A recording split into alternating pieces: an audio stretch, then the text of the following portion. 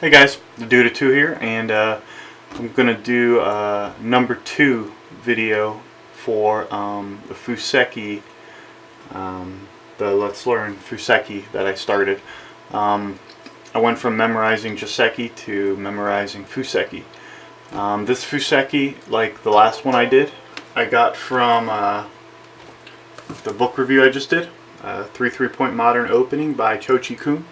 A couple of you guys really liked the idea of possibly cross 3-3 fuseki, so I thought, kind of in honor of my new book here, I'll pick another one out of the book and I'll do the cross 3-3 fuseki. For a couple reasons. The main reason is that it's really rare to see, and it hasn't been played in quite a while by professionals.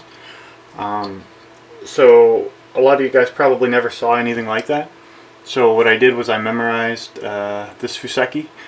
I just memorized it, so it's possible that I will mess it up. I'll be honest with you. You know, whenever something's fresh, you could usually do something wrong. But I played it through a couple times to get ready for the video, which is more preparation than I normally do for my videos. But I found this kind of interesting, and I'll point out kind of what's going on as it's going on, as the book pointed out to me. So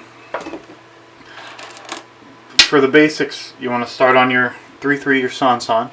But what's interesting is that usually white will play a diagonal from it, right, to prevent a diagonal game. But let's say white plays here. This allows black to play his diagonal, and then white will play a diagonal over here, or a komaku over here. Komaku, komaku. Now, what's nice about this is black has two corners, and now he gets to approach to try to split another corner. So black's going to approach. Now white, in this game, this is taken from a real game. In this game, one of Cho Chikun's title matches, white decides to enclose his bigger, right? He wants one solid corner for playing, okay? Now, for some reason, which is not really explained well, black does this. I guess he could do a 3-space extension, probably because there's not a lot of pressure from the white stone. He's all kind of low here, but he's building up strength because he's got some type of plan, knowing him. White's going to jump out, kind of like this, allowing himself some inward influence, but white leaves behind a weakness, and that's right here. And Cho Chikun decides to attack that weakness right away. Okay, so what white's going to do is he's going to jump over here,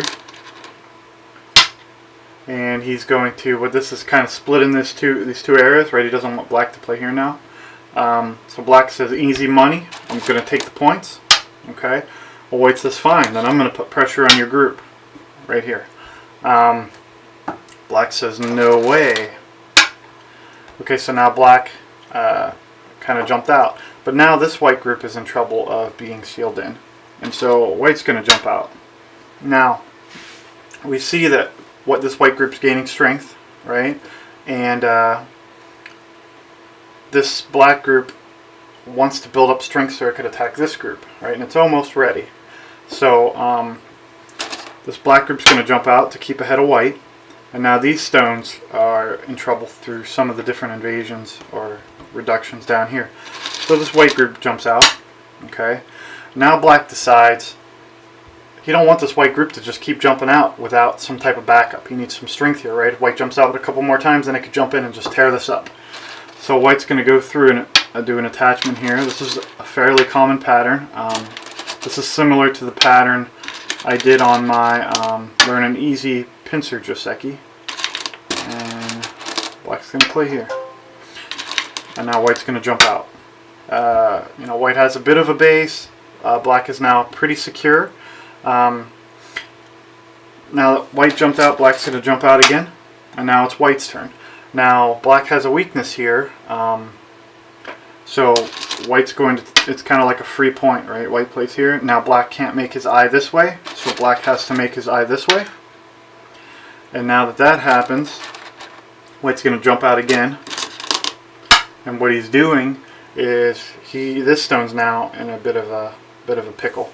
So black's going to pull out here. Now this move still puts a lot of pressure on white, right? But he's kind of mapping out a territory. Now, once again, white doesn't want to be capped or any moves over here. So white's going to play a diagonal move. Now, this is putting pressure on this white string, which doesn't have any eyes yet, right? So black kind of has a choice. You know, what's he going to do? Is he going to kind of jump over and attack these stones now? Black chooses territory, which is kind of the way he planned it, right, with his 4-4. So now he's going to jump up here, forming a nice moyo, right? And there's still a lot of pressure on these white stones. But now white gets out. So white's going to play here, and he kind of capped black off. So what black's going to do is black's going to cap white off, preventing white from jumping out. White plays a move I find interesting. I'm sorry, white's turn. White's going to play a move. He plays right here. Now, if you look at it, white really has two choices, right? He could play here, which is a proper extension. But that allows black to play down here, which kind of cuts into his moyo. If white plays here, or anywhere around here, really, I believe this is the move he played. But this kind of makes this all white's moyo, which is pretty nice. And if you're a pro and you know how to do this, this is pretty awesome. So black's going to take away his next big extension. And the reason for this is to prevent a double wing, right, which would be really bad. And this ends the fuseki. This is how it played out. A couple things Cho pointed out in his book, that at any time black can make eye space here just by playing this sequence, and you could do this on any actually this should be a single space jump, I apologize, and this was here, sorry, and you see I knew I'd mess up. White would play here. White can't allow black to just cut through, so white's going to answer, and then black can play down, and this gives him eye space, right? This gives him an eye, and I'm sure through some fighting he could jump off here. Likewise, if white plays here, and white gets some nice eye space here, okay? But I mean, it's still not terrible for black. You know, black can kind of do some Boolean moves, maybe something like this. I don't know, something like that. Don't yell at me if I did this wrong, but that's something to consider when you go through it. This is kind of what goes through the mind of the pros in a very basic way.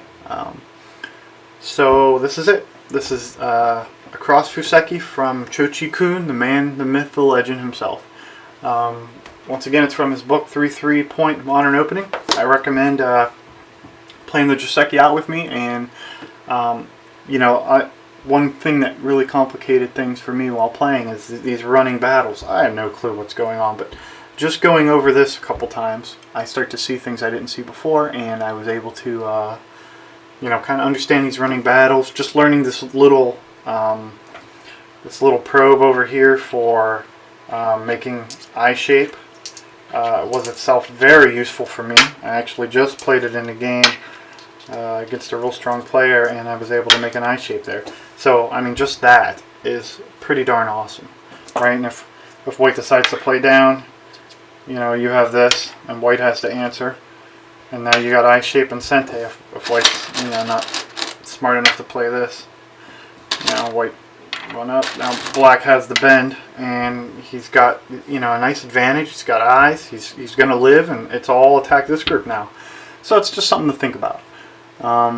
That's about it. My fuseki thing was pretty popular, and I'm still learning josekis and fusekis, and I figure it's a good way to learn. So I wanted to share that with you guys. Hopefully, you know, everything's going well with you. I want to thank you guys for your support, and I'll see you next time. Have a good one. Later.